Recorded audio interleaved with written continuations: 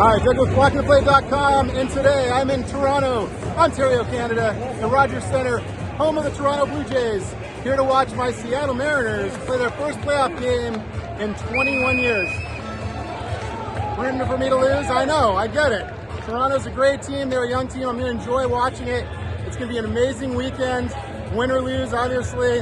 I hope we win.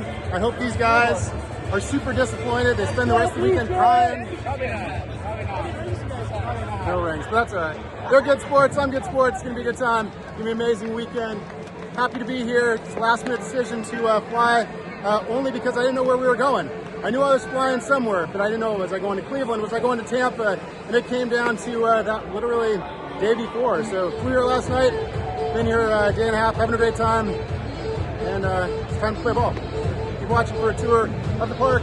100 level, 200 level today, 500 level tomorrow, because I was tired of walking, and the woman in front of me is tired of listening to me talk. So more later. Keep watching.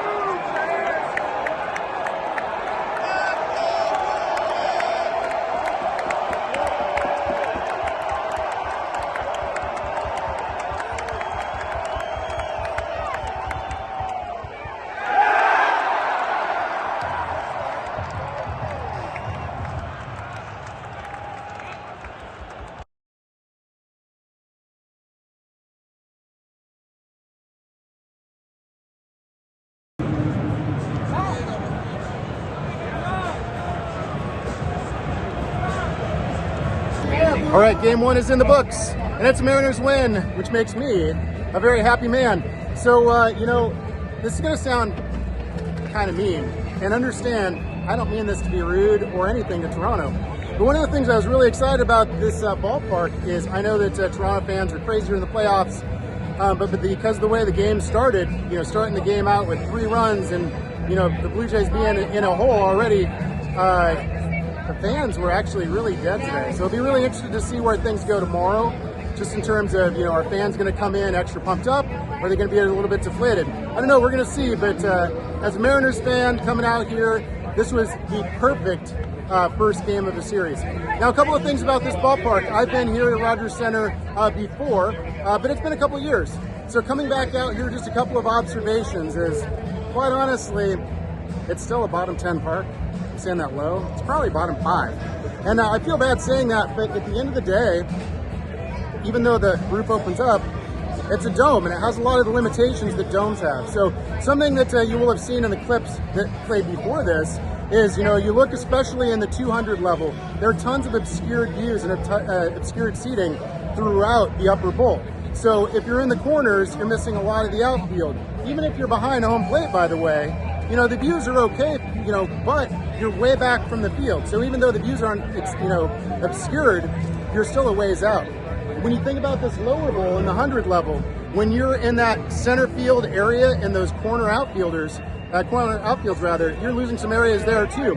Then you think about this lower bowl. Okay, well, you know, it's nice, it's being this close, but check this out. You've got this big extension, and this extension's probably about, you know, 3 feet, whatever that is in meters. Sorry, I have no idea. But it's about 3 feet. I think it's about a meter-ish. But, you know, it's a big extension between the field and the seating area here in the lower bowl. And by the way, they don't want you putting your shit on there. So you've got all this extra space between you and the field that make a great pedestal, and don't put anything on there. So, you know, I got to be honest.